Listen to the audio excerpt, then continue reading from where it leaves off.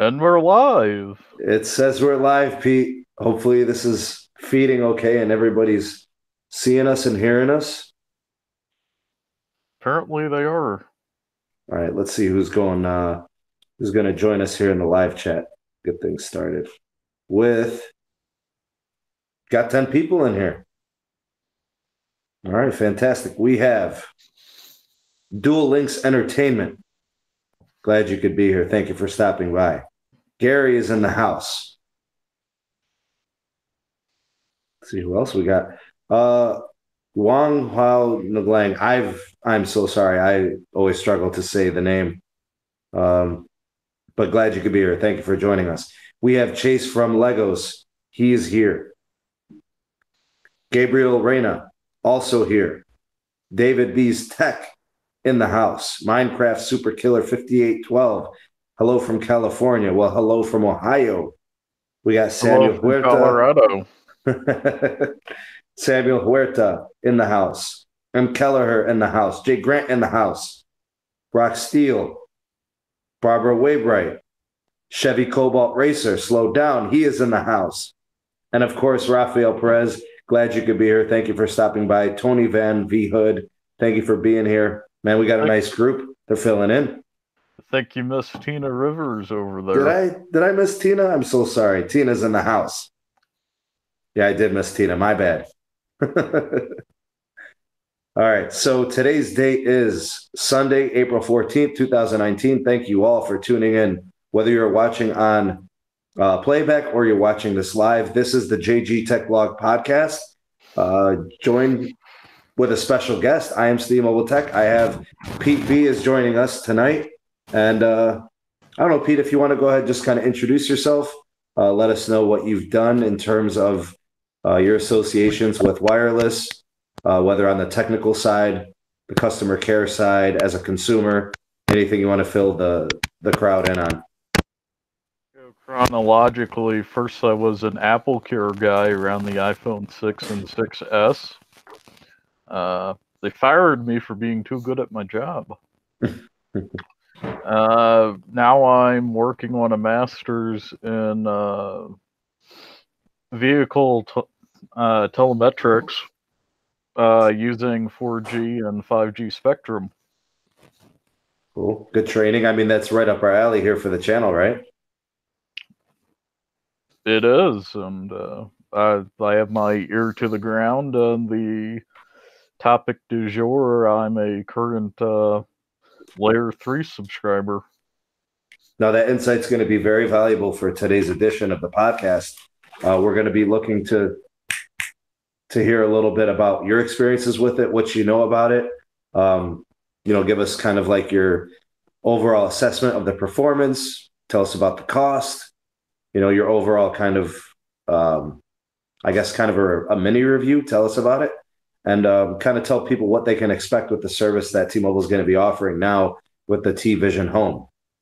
So in terms of today's topics, just to kind of give you guys a heads up of what we're going to cover, we're going to talk, obviously, T-Mobile's big announcement from the week, which is TV. It'll be T-Mobile TVision Home. That is their cable competitor. We're also going to talk about their prospects in broadband a little bit. We'll talk about their 5G in terms of kind of the roadmap. And also, I don't know if anybody has actually seen it. I just watched it yesterday. The presidential press conference that Donald Trump had about 5G. He hosted a couple of people there as well, some important names that we'll talk about. And we'll just kind of highlight, what the United States 5G roadmap looks like over the course of the next couple of years. Wow, 34 people in the live chat right now. Pete, we got quite a nice group in there, actually. So let's go ahead and get things started. So let's first start with the TVision Home by T-Mobile. So I've already done, on the Steam Mobile Tech channel, I try to get a podcast in every Friday. Sometimes it becomes like an every other Friday type deal, but I already kind of covered it there. It's a big time announcement, actually. I think a lot of people are kind of downplaying it, but what's kind of your take on it? From the launch thing, it basically seems like a rebrand of Layer 3.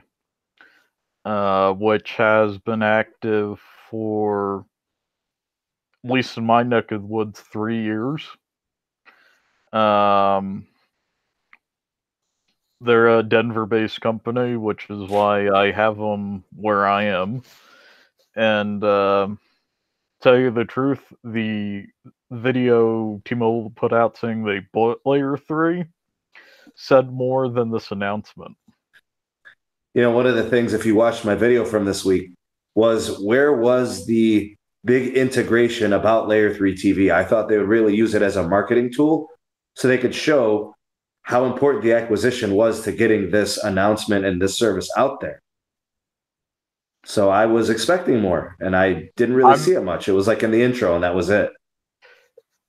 Here, a Viacom deal, that's good. I'm waiting for a mobile streaming hub.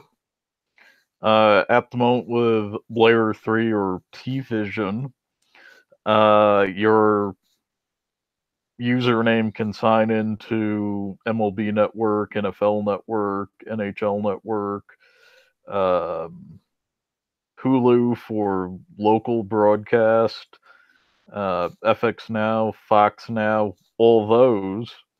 So I'm hoping eventually they just give me a TVision hub where I can access all those services. Now, in terms of the service that's being announced here, the TVision Home, you've got somewhere between, I don't know, it's starting at 150 channels. Yep, I'm at 240 with all the HBOs.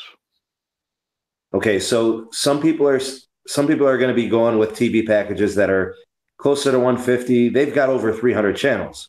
Oh yeah, and they have full YouTube, Netflix integration, and Curiosity Stream. So if you're browsing their channel guide and on demand, if you have those services, they will suggest content from them. So you're talking like artificial intelligence. It's picking up on what you like to watch, what you've been watching, timing, stuff like that.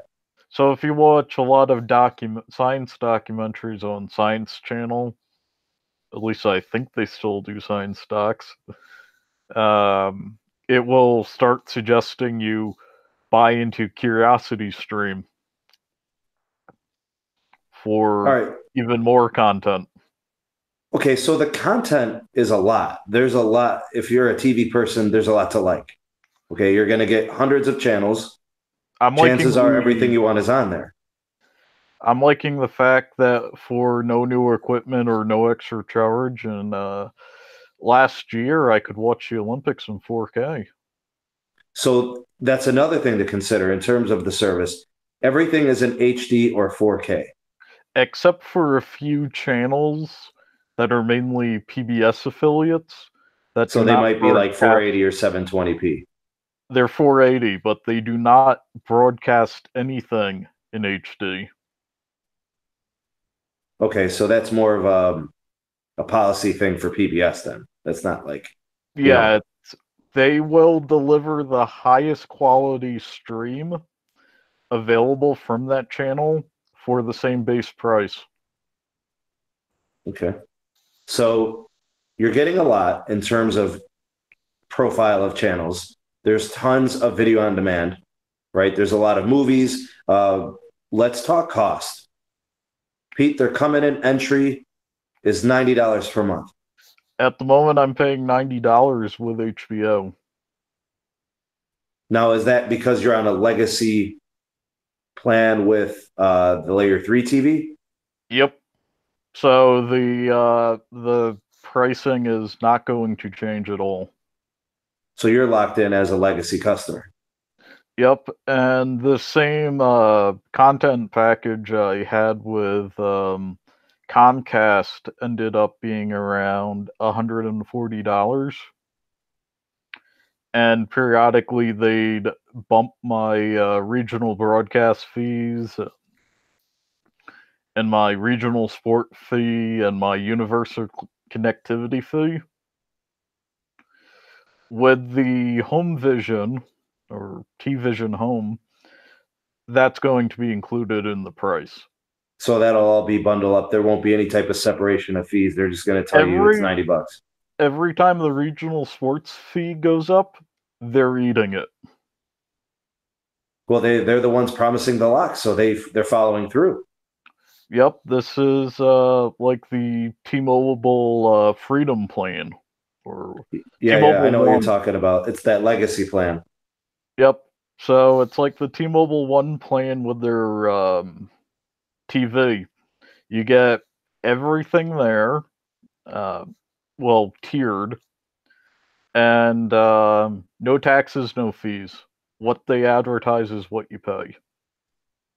Now, that's important. I think a lot of people, when they think about the merger and how it's going to be, trying to reach this approval stage, T-Mobile has to look a certain way. They've got to be like a trusted entity in this, because if they're saying we're not going to raise prices for 3 years and we're going to include all fees, built into one cost, right? Their credibility is on the line. Oh, yeah. So their track record, their reputation, everything they've been doing for the last several years, building as the Un-carrier, is continuing. So I tell people, like, you have no reason to not believe in what T-Mobile wants to do with the merger. Everything that they've done up to this point, they followed through. And then some in some cases. So you take, for example, the taxes, right? They've included those. The fees, they're bypassing those. Increases, they're not doing it. This is just another thing where they're, again, showing us that we can trust in what they're doing. Chances are the first box will be free through them. Right. And every other box, you'd have the choice of renting one, or the second one would also be free. But if they have the phone app that pulls everything together, you could use an Apple TV or a Chromecast and it would work as a cable box. Yeah, then it's going straight to you're just casting straight to your monitor. Yep. And I already do that with several TVs for FX and HBO. All right, Pete. So we're looking at $90 entry for T-Mobile customers. We're looking at $90 entry for any customer, even if you're not on T-Mobile's wireless. It'd be $80 for T-Mobile customers. Whoa. See, I thought they're doing a $10 discount from the $90. So T-Mobile customers are getting it for $80. Non-T-Mobile customers are getting it for $90 on entry. And then I'm assuming it's going to be $100 after that entry promo. They don't. The Layer 3 has never done entry promos. Basically, what you start paying is what you will continue paying unless. Well, no, I'm not saying they're gonna change it on the existing customers. I'm saying for the customers that will be considered new. Say somebody gets the service a year and a half from now, and they're not a T-Mobile customer. It might be $100, right? But if they lock in at $100, it won't go up. So if they were to add additional programming or some new package, they would stay locked in at least to that. Yep. So Pete, I have to ask you, man. Like, I randomly get new programming, and they've never increased my bill, which is really nice. I mean, it's adding value to your package. Oh yeah. And another thing to consider is, did you see what the statistic was that they had in the announcement? They said, and this is a quote from John Leisure. He said, the average customer pays $107.42 for cable TV packages. That's probably the non-premium channels with the one box. Comcast around here is a little higher for their base rate. So I'm going to ask the people in the live chat just so we can get some feedback. What I want to know, and you guys can just go ahead and get it in there. What are you paying if you have cable TV? Not a bundled cost. Like if you were to ask your provider just for a premium level cable package like T-Mobile's TVision. Because I want to know. Yeah, without HBO, I just want to know, the 200 channel package, whatever that you're paying for, how much is it just for the TV? No internet, no home phone, nothing like that. I just want to know that basic, cable package, because I want to see if people are paying that 107, because I feel like some people are paying like in the 90s, 85, 95. Now for Some those big premium builds, I know people are paying a buck 20, buck 30. some of the customers do not actually know how much they're paying. Like, they start at an intro rate, it goes up after the intro period, and then their fees get added in, and it's like $1 or $2 extra after 6 months, and they don't notice. And then they're bundling it with the internet, so it's like whatever. I mean, who knows? I see Mikey commenting, Spectrum's actually pretty good. If I remember correctly, they stopped with contracts, so it's what you pay is what you get. Okay, so I'm looking at some of the replies in here too. I'm seeing Captain, $110 for Mikey Tech. I'm seeing $30 is a customer retention promo. I'm seeing 110 from Mikey Tech. I'm seeing 87 from Oscar. Paying $30 for DirecTV. They dropped it by $80. Yeah, I'm surprised. I must be some kind of entry promo. I mean that's a retention promo. So he must have called and said, "I'm leaving." They DirecTV offered me that and told him to go. Not going to demonetize this video off themselves. That's Captain MC said the same thing. He said, "I'm paying 30 for a month because I told them I was going to leave, and they dropped it by $80." Customer relations let me go with a $130 termination fee. They waived it? No, I had to pay it. It was better than the $500. Wow. Okay, so that's in their policy, $500, huh? Depends on if you just renewed or not. Well, and just so you guys know out there is a buyout program. T-Mobile will pay up to $500 in a prepaid gift card, like a MasterCard or a Visa gift card, to get you out of Dish or DirecTV. So that's kind of nice, Pete. Like, so if somebody's like, "Oh, I'm done with satellite. I hate the performance," or it's expensive, T-Mobile's willing to buy you out. I'm in Colorado, and during the winter when it snows, which it does, actually it snowed here yesterday, I'd lose my TV. Yeah, it cuts out. I'd have to go out in a blizzard, knock the snow off the thing, and then run back inside to keep myself from freezing. And when do you watch TV? What type of weather are you going to be watching TV in? When it's horrible out. Yep. With the Layer 3, the only 2 times I've lost service was during a power outage and some fluke, and they gave me $15 of bill credits during the fluke. So Andy Munoz says he pays $130. Barbara says she pays $140, and she doesn't even get good channels. Yeah, I'm seeing this as actually that means people are paying more than what. I don't think that Comcast package has BBC America, Barbara. So if it's kind of skimpy on the programming, and you're paying $140, I mean, why wouldn't you consider going to T-Mobile's offering? I feel like TVision could work for anybody who's paying more than $100 or $110 a month for TV. Comcast also charges, I think, $15 a month for 4K. And they also pay over $10 rental per box.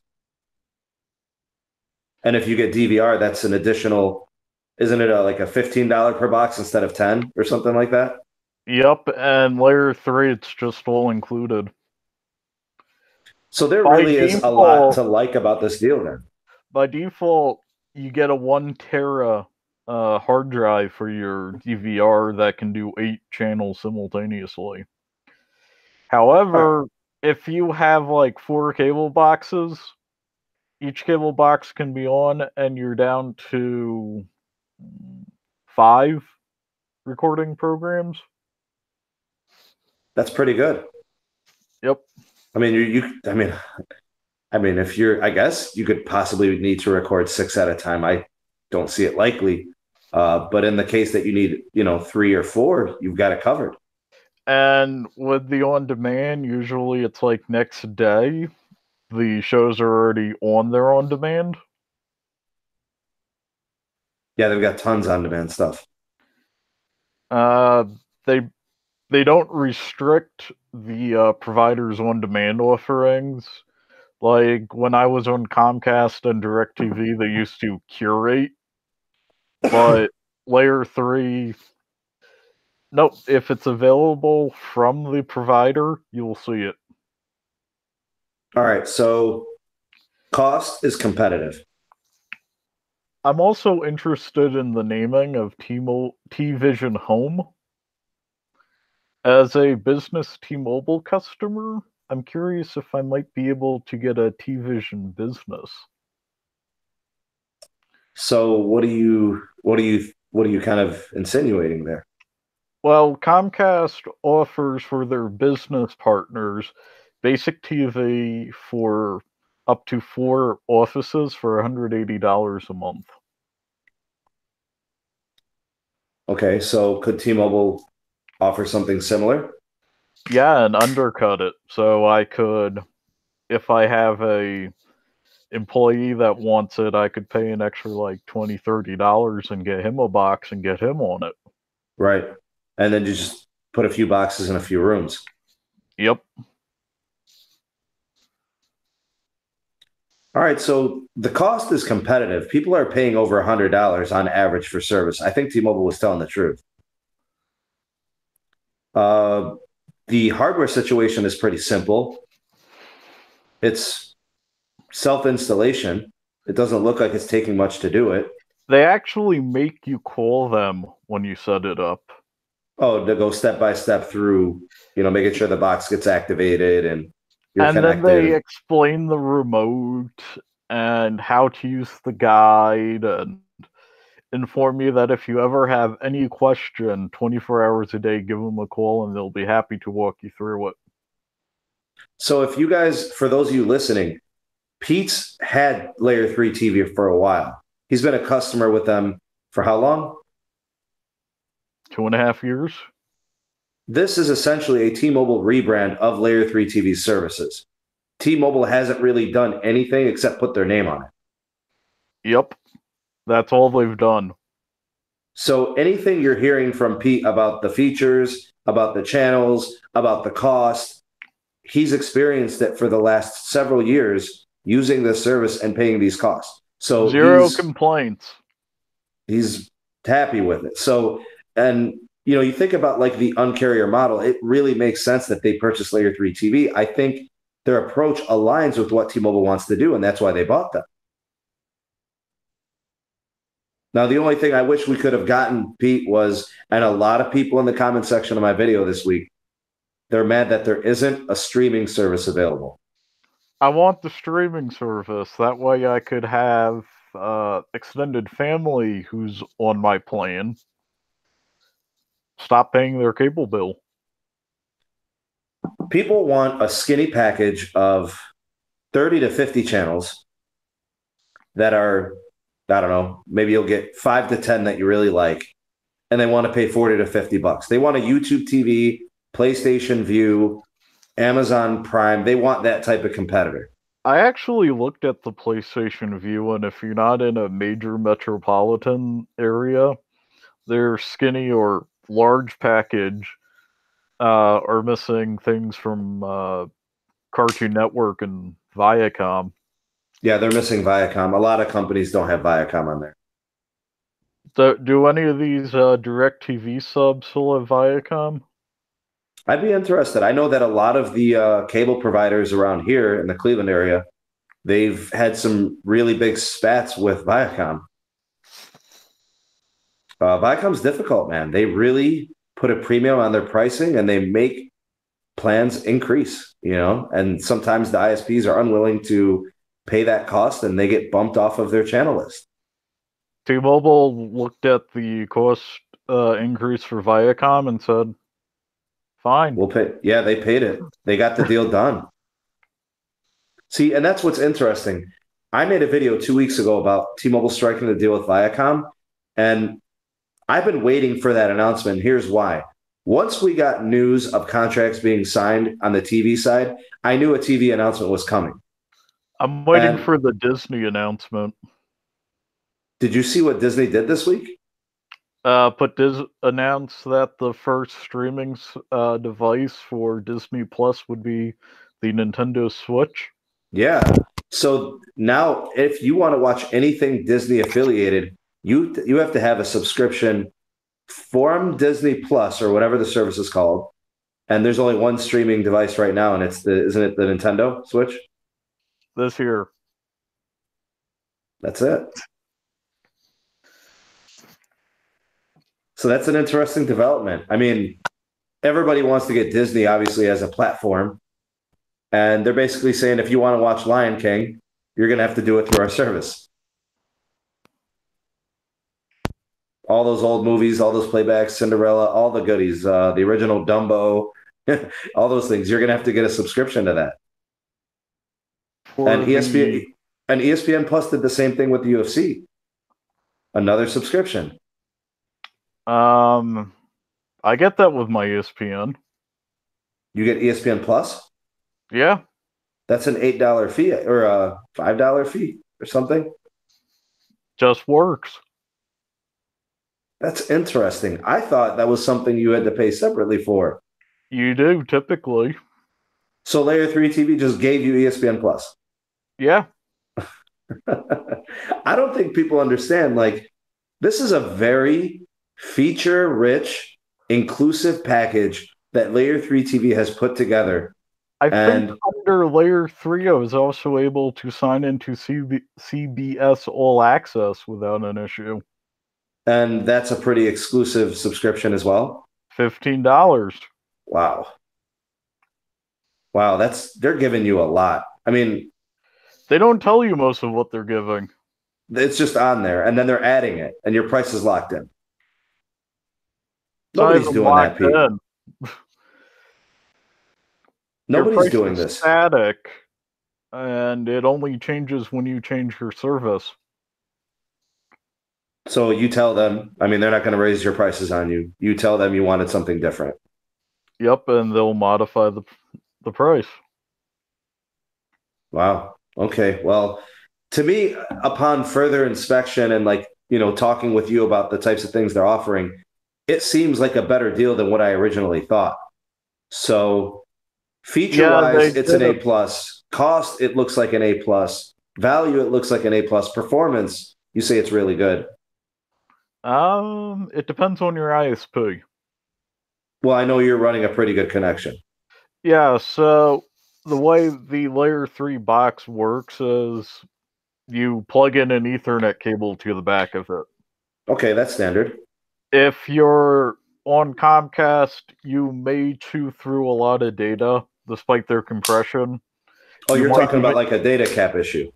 Yeah, you might even get deprioritized on their network. Wow, what do you think they'd bring you down to, like half? Who knows? It's a net neutrality repeal. So they could bring people down to 3 megabits per second even if they were paying for 100. Hey, 3 megs a second on Layer 3 would still get you HD 1080p. Oh, and that's another thing we didn't mention is their compression technology is great. So they're getting you 4K on less than 10 megabits per second. When I do a 4K stream on them, when I'm actually downloading, I pull about 8.5 megs a second as opposed to 17 on Netflix. That's incredible. So that's like, we're talking almost 3 times more efficient. That's really good. That's really good. And that's 4K. So full HD, you're probably around 3? It's like 1.5. Really? Wow. That's actually really impressive. I can't get 1080p with, me doing packet sniffing on Wireshark too. So That's impressive. I mean, I usually kind of tell people, like, if you're trying to go full HD on one stream, I mean, you really just want to ensure that you got at least 8 to 10 megabits per second. yep. Wow, that's really Some nice. cases, I think with Netflix, they recommend 12. Just for the sake of no buffer and playback. Only buffering at the start. I'll kind of get things going. And yeah, I got you. Wow. So I think there's a lot that people might not consider that's going into this.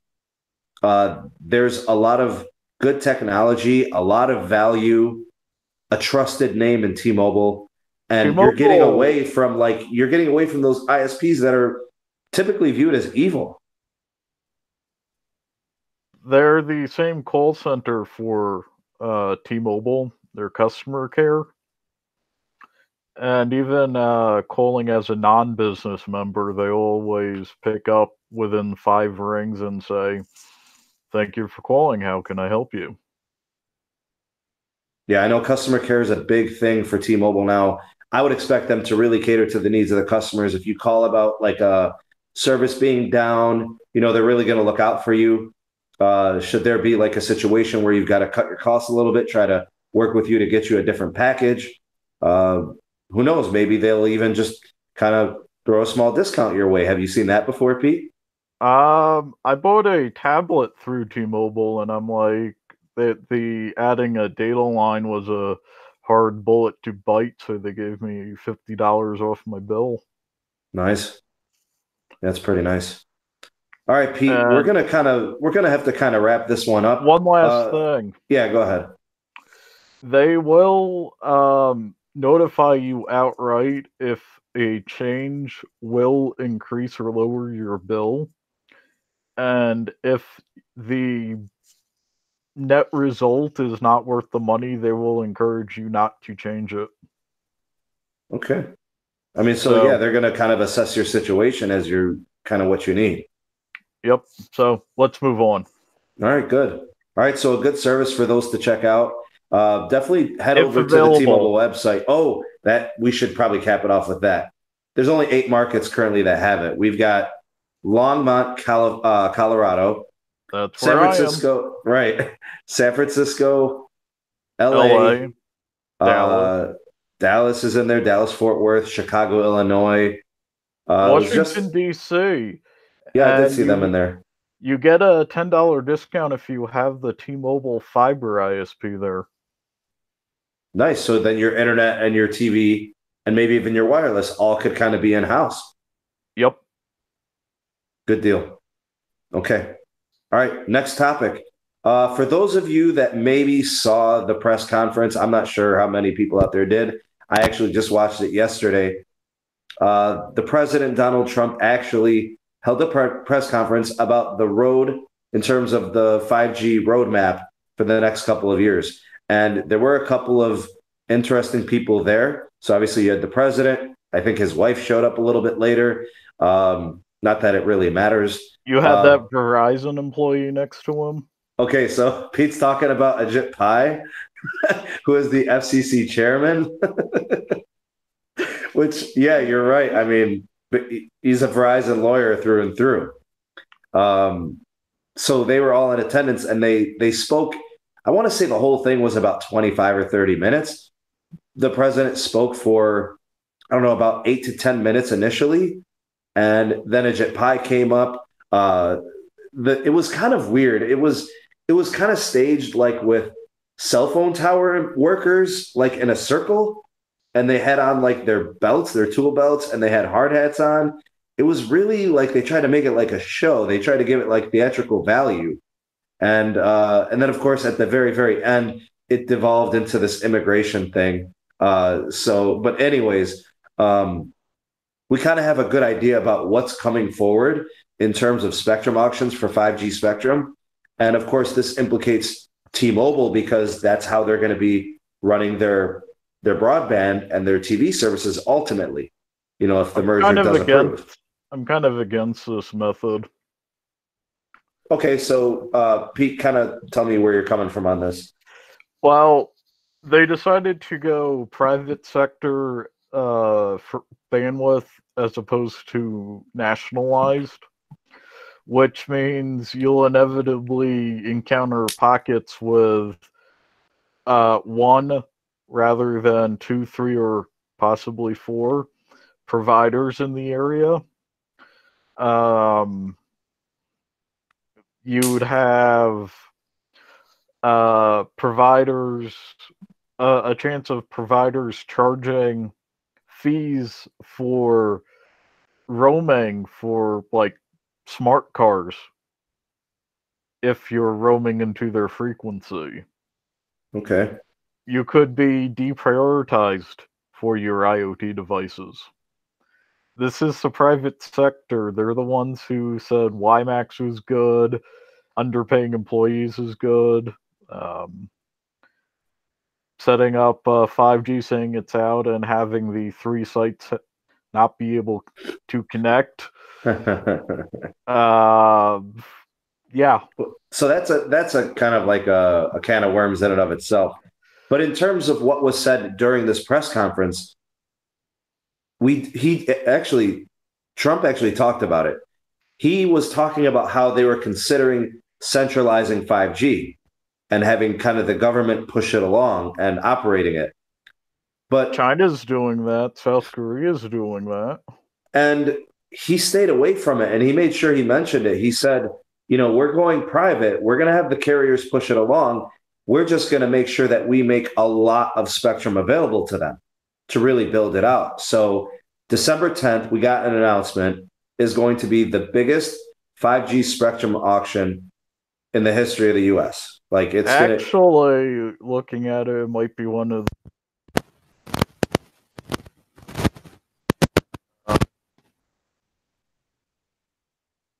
the cast color TV.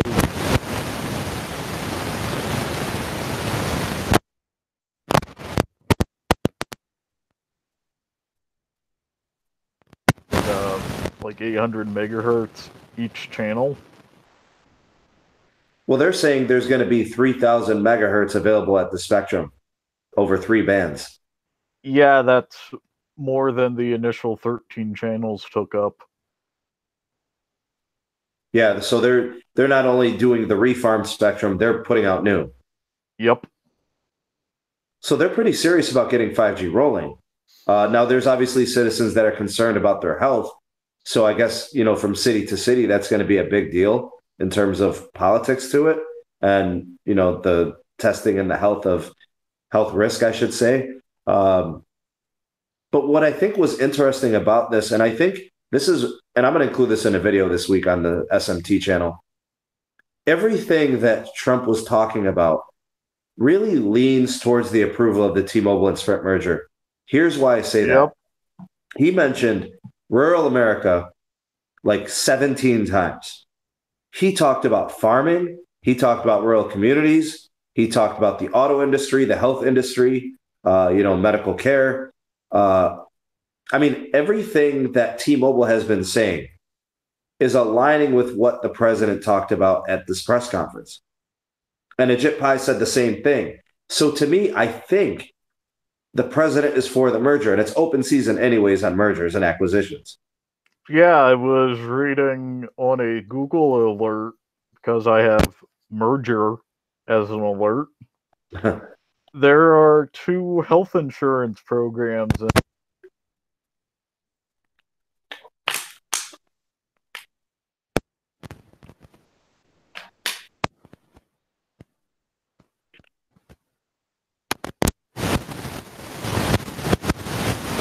So it is open season. We already got the whole, AT&T thing, right? The Time Warner one. That was one of the worst ideas they could have approved.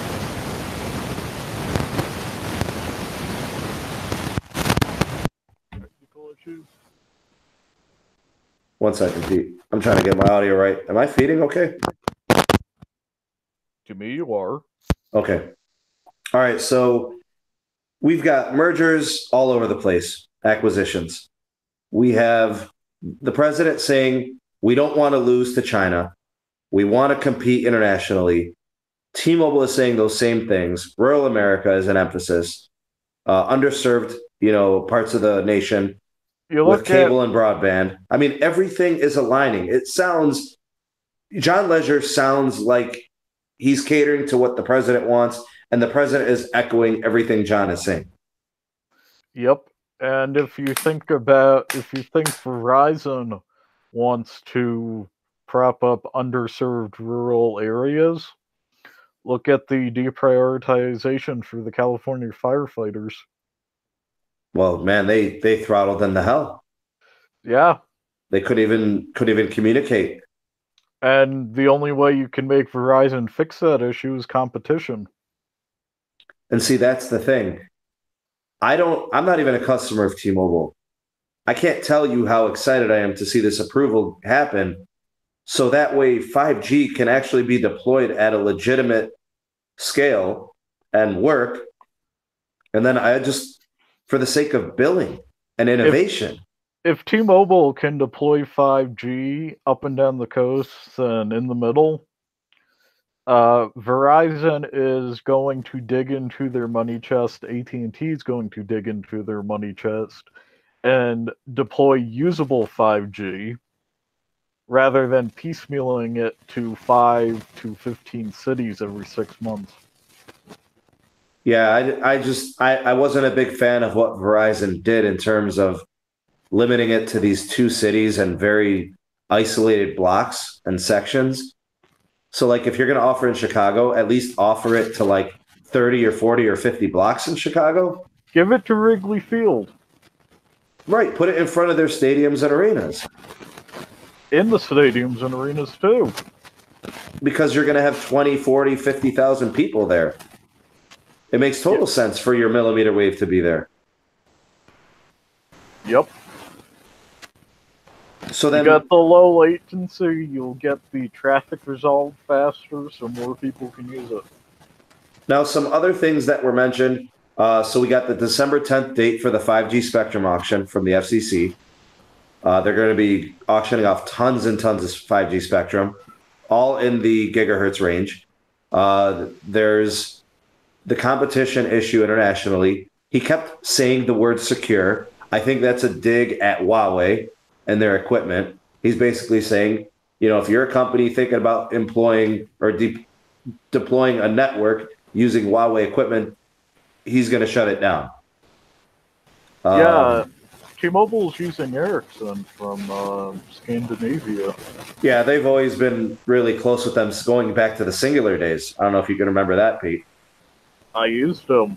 And they're actually doing a full deploy of 5G in Austria using Ericsson technology. Pete, let's get into the live chat here. Mikey Tech says, if T-Mobile deployed 5G, will the price going with the merger? John Legere says the cost is not going to go up or affect the consumer. That's kind of nice because right now Verizon is looking to charge a premium. They're charging $10 as an add-on. Right. And then AT&T, they're going to be charging a premium also. They're actually only making their 5G available to business customers. They might also increase your line access fee on top of the $20, $10. Could be 25 combined. Yeah, that's crazy. D Harris says 5G speeds on the CNET speeds aren't anything to brag about. I don't know. I did see some fast speeds. They did have connectivity issues with Verizon's 5G. That was the bigger problem. It wasn't the speed. It was more like trying to stay connected.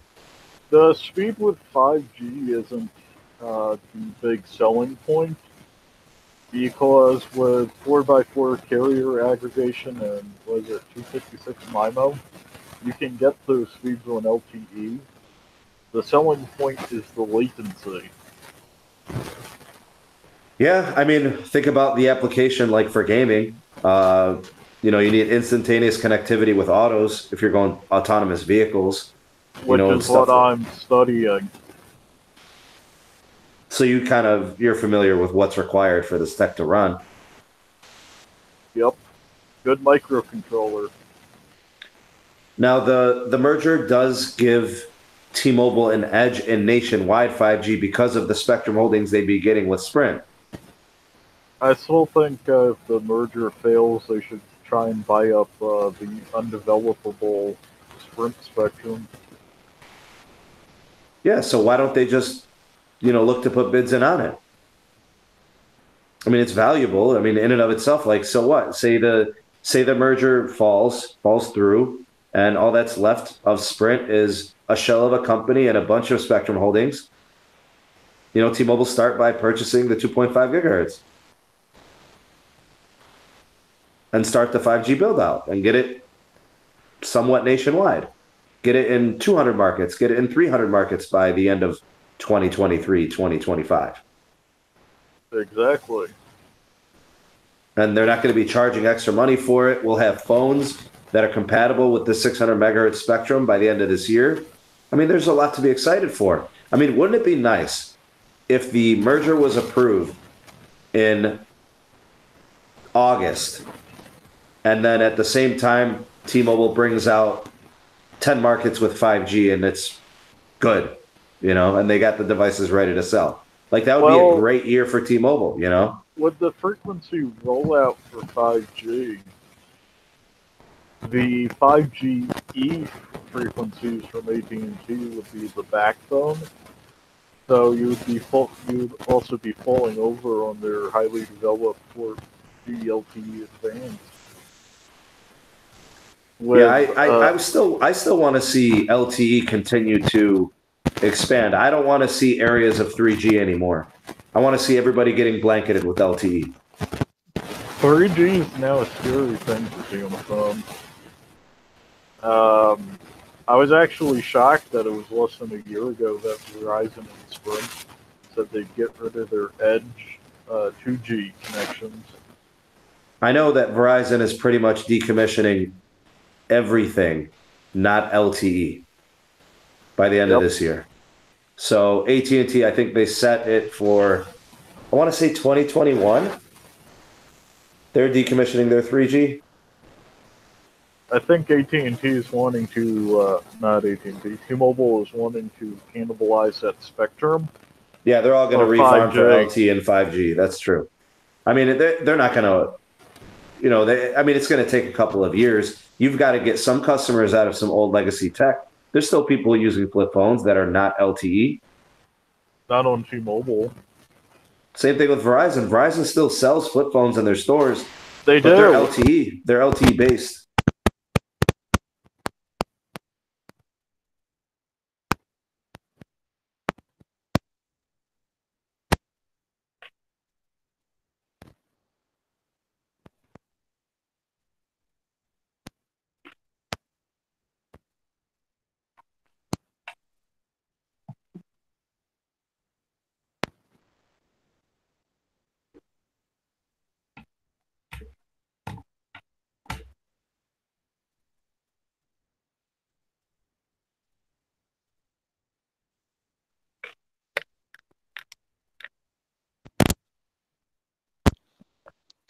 Am I fading? You got sound? Yeah. Okay, my bad. Well, yeah. Go ahead, Pete. T-Mobile has been ahead of the curve on decommissioning 3G phones. They stopped doing it over 5 years ago. Yeah, they're trying to get people out of this old legacy tech. Most people are willing to try something new. They might have to end up actually giving people these devices, though. Like, hey, just bring us your old tech. Let's get you in something newer, something that's going to be compatible for the future. They're going to have to do that, or even send them new things saying, here it is. A letter saying, here it is. Your device no longer works. You have to use this one. Sorry. And it sucks because there's people that are kind of, they're trying to ride out their devices, until the day it dies.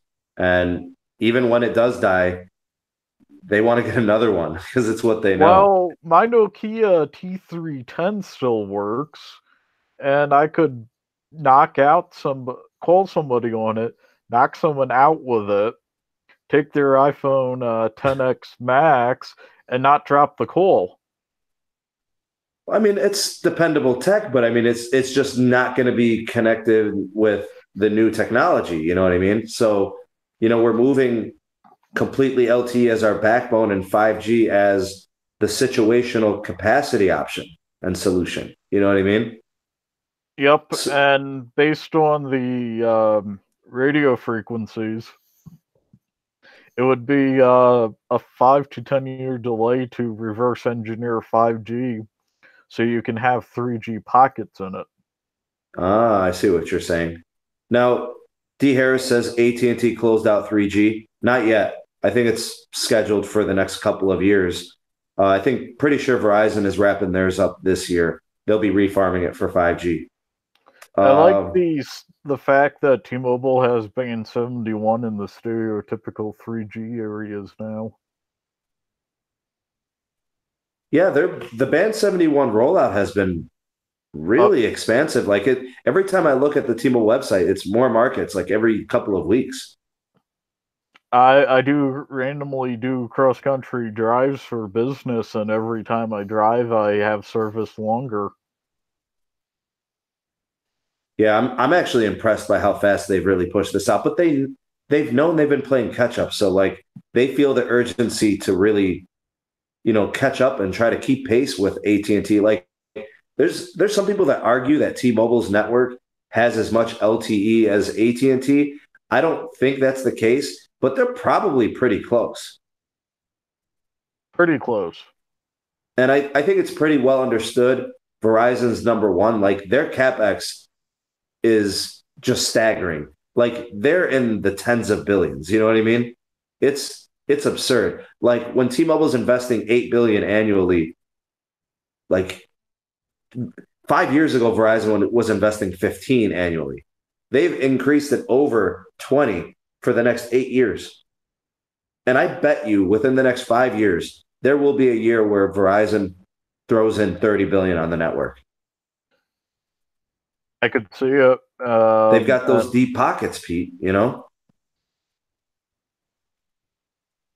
Like they could go crazy on a spectrum auction and just get 5G like rolled out in like 100 markets like in 2023. And I want to see I'd be T-Mobile happy if compete they with do that. that. How come? More competition. Yeah, see, that's the way I look at it. I don't see winning by each company. I see winning for the innovation for the consumer's benefit. I'd like to point out a comment from M. Keller about 5G being harmful to the human body. Most of the frequencies 5G is using used to be broadcast channels 3, 5, 8, and 13. And those have been being broadcasted for over 80 years in the 60 years in the US. Well, the thing, Pete, is not like it's not it's the fact that they were using 5G spectrum, the same spectrum and the frequency.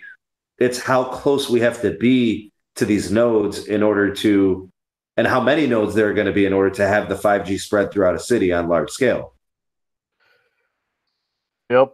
And quite frankly, I don't see that many high capacity nodes being rolled out except for in like event complexes. So that would be like the convention center or something in a big city, where they've got 30, Sport 40,000. arena. Yep. Right. So, and in that case, yeah, I mean, they're probably going to have some pretty heavy duty nodes there. And at that point, any type of radioactive congestion, you'd get a sort of a herd immunity. Oh, there'd just be so many people there. Yeah. I mean, you're more likely to get burned from the sun and have, DNA damage to your skin cells. Also, a raindrop with the current 5G Verizon is rolling out can disrupt the signal. Your skin is thicker than that. I heard problems with the rain. I heard glass is enough to disrupt the signal. Yep. I mean, it's highly flawed, and it shows you that not only is the technology new and obviously it's early adopter growing pains, but the spectrum itself, the frequencies are just having trouble getting through any type of obstacles or And that's line of that's sight. why LTE Advanced is going to be the backbone. And I'm okay with LTE Advanced. If I was always getting 100 megabits per second 5 years from now, I mean, what could you not do? That's fine on a 13-inch tablet.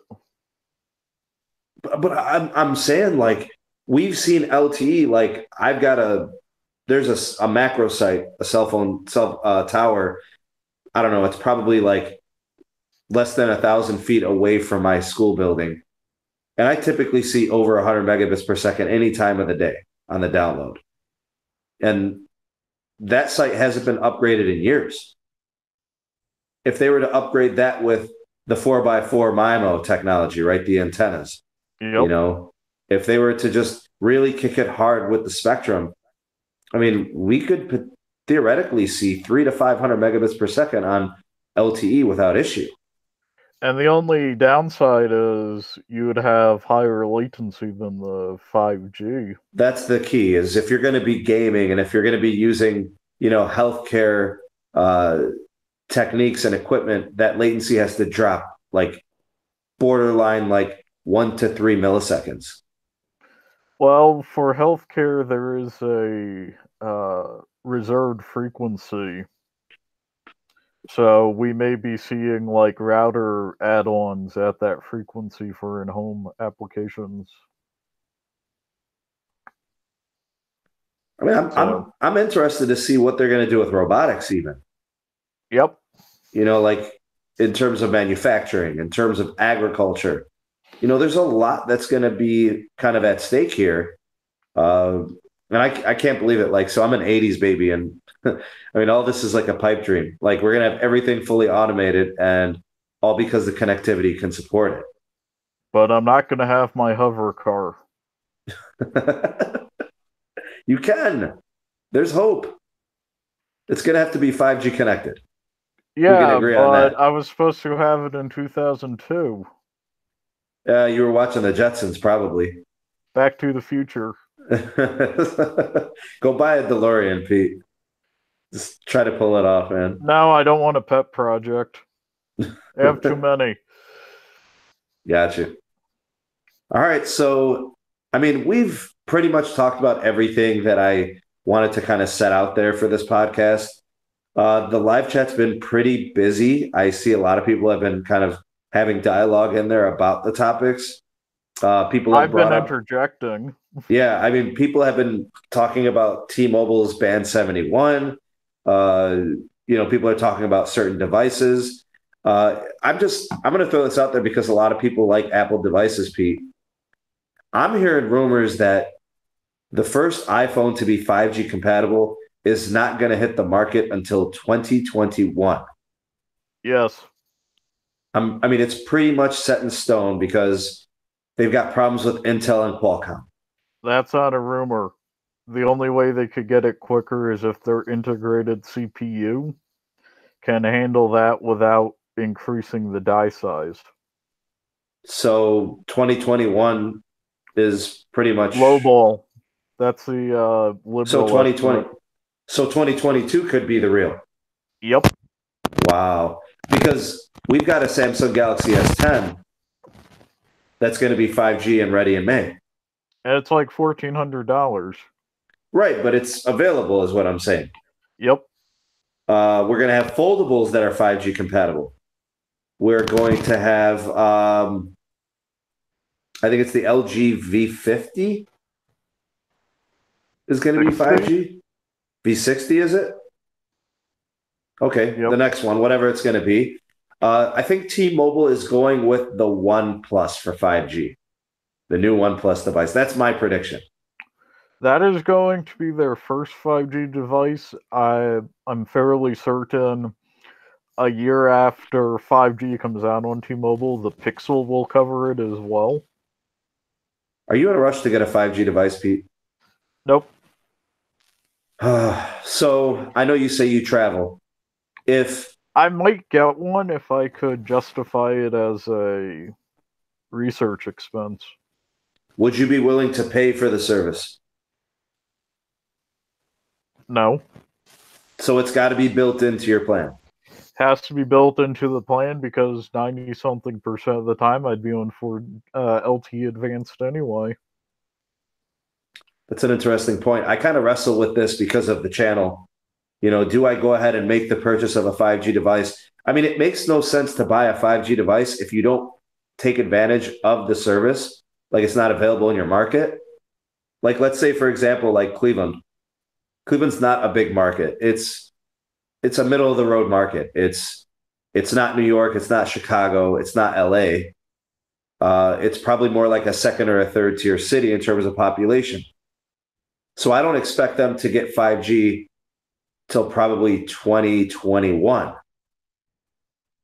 Yep. That being the case, why would I want to be in a so why am I going to rush to get a 5G device? Because in 2021, the antenna technology is going to be better, and the battery tech is going to be better, and the modules will be better. The 5G performance will overall be a better experience. So I'm not in a rush to get an S10 5G. I'm not in a rush to get a 2019 smartphone that's 5G. The only reason to get a 5G device is if you're in a market and the utilization of what you use the device for can benefit from a decreased latency. So, I mean, who needs the latency to be that low? I mean, it's maybe a stock trader, maybe gamblers, instantaneous betting. Like in-game betting, like you could put in a bet at like a timeout during the third quarter of a basketball game. So like the degenerate gamblers rejoice, Yeah, things like that. Most people, the cell phone games at the moment are optimized for the 43 milliseconds latency of LTE Advanced. I mean, I'm seeing like mid to upper 30s at best. Yeah, but they're optimized for the mid 40 range. And for maybe media user, the Google streaming video game platform, would a 5G device be worth it? For gaming? Yeah, so Google Stadia, if you're playing Assassin's Creed on your phone, right, the decreased latency.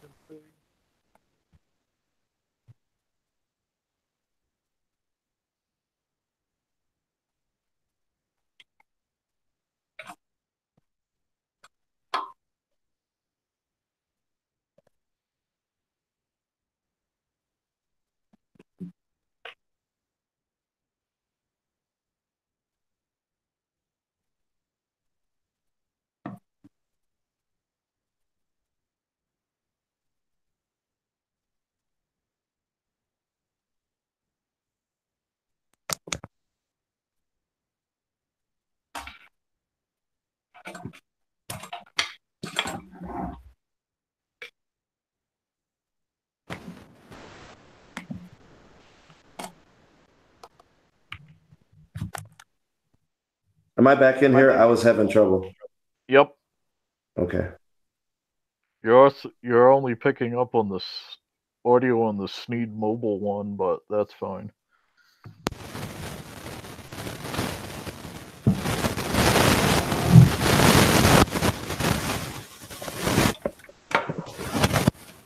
Okay. How's that? Good for me. I'm looking for the chat. Okay, so I missed like last there's maybe 30 seconds or so. Basically, I'm saying you could justify 5G phone if you're a big Stadia user. So that new service that they've got. Coming out, yep. Because you're going to have a delay going to and from the server anyway. So you'd want to minimize the delay from your device going to the backbone to get to the server.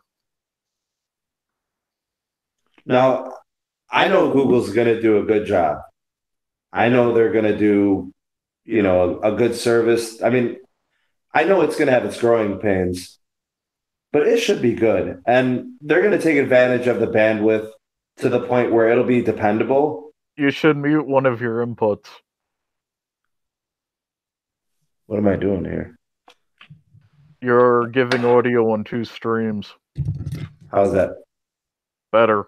Okay. All right. Yeah, I think the service should be interesting. It'll probably be better under 5G, but do you think it's going to run well on LTE? I'm not going to use it, so maybe. You got to do a trial, man. I have a Switch.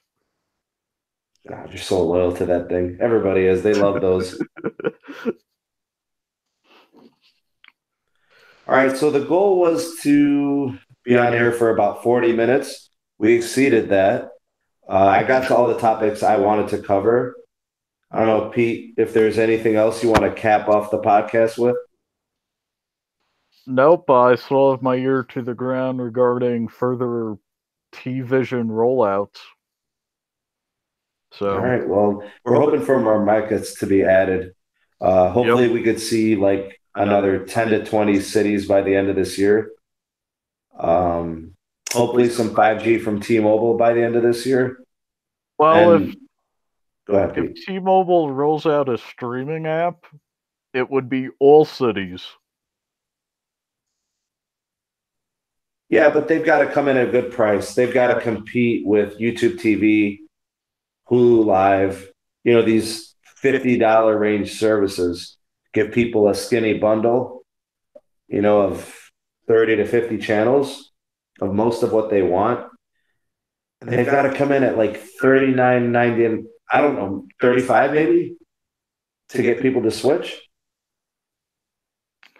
We'll have to wait and see. I'm sure they're going to be competitive, though. Yeah, that's going to be one of those things. It's like cutthroat. DirecTV Now, Hulu Live, they're all just trying to take each other's money. Sling. Well, DirecTV, Dish Network, and Hulu recently upped their prices to around 50. So YouTube TV's at 50. Hulu Live's at 50. Sling is Dish, and they're about 50 now too. But Sling's got like a $25 package. You're not getting much, but it's there. Your $25 package, you're basically paying them $25 for what you could get with a $50 HD antenna. Oh, you're probably getting an extra 5 or 6 channels that you won't watch. Yeah. All right, well, I've got a video coming out. For those of you subscribed to the channel, I'm going to cover everything that was covered in the presidential press conference as it pertains to 5G and the roadmap in the future. So look forward to that this week, hopefully actually within the next day or so. Obviously, we've got our ear to any news on 5G. Hopefully, Verizon gets their act together. AT&T gets some phones that could run on the network. And hopefully some merger news in the near future. Give this video a like if you want the merger to be approved. Pete, is that something you want to see? Yep. More bandwidth. I have an easier time in any state. And Sprint users would no longer be roaming on T-Mobile all the time. Yeah, we're looking forward to it. I really want to see it happen, and we should be getting some news real soon. So I'll keep you guys posted on the Steam Mobile Tech channel. I'll keep you guys posted here on the JGTechBlog podcast. Pete, I want to thank you for joining me here on the podcast. Thank you so much. I want to thank everybody who participated in live chat. Pete, go ahead and make your thank yous or any closing statements. The viewers may be seeing more of me on these in the next month or so. Yeah, Pete. if you can make yourself available, we'd love to have you back, man. So, all right, that's great. my only shout out. Yeah, thank you guys for watching. If you're watching this on replay, thank you for watching as well. Check out the Steam Mobile Tech channel. I've got the link in the description box below. We've got the Discord chat there. We've got the Patreon page on there. We've got a lot of different connections to the community. So go ahead and check it out. See if you guys want to get involved a little bit more further. And the community is growing. Pete, I'm about to hit 3,000 subs, buddy. Nuts. I remember the 100, the 500 milestone, the 1,000. I remember looking on one of your videos after subscribing, seeing 109. What? How much was it? 109 subs. 109 subs. Man, and I've had a lot of growth recently, and I attribute some of that to the JGTechBlog opportunity here, as well as just kind of time, like, getting up in that YouTube algorithm.